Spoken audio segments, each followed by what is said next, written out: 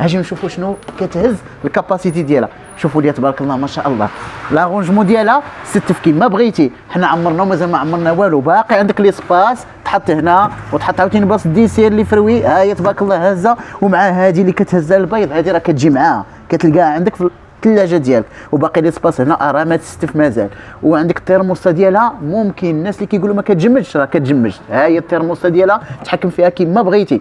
ها انتم شوفوا ليا الكفته جامده، شوفوا ها هي جامده لي نوغيت تا هما. عندك لي سباس فين تكونجلي اللي بغيتي. ها انتم شوفوا الحجم ديال الكونجيلاتور، والطاجيره ديالها ستف فيها القريعات ديال الماء، المناضه عندك لي بواسون. والناس عاوتاني كيحتاجوا عاوتاني تارونجي اللي بغيتي عندك هنا تحط كيما بغيتي. ها انتم شوفوا لي سباس كيفاش داير، وحطها عندك فيما بغيتي، في الدار في الخدمه، ما كتقداش بزاف. ديال راسك القضيه ديالك بوحدك ديرها، ما كاين اللي يصدعك.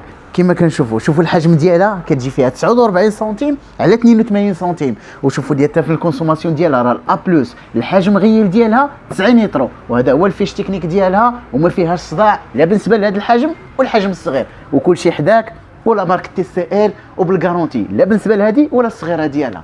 ومرحبا بالجميع.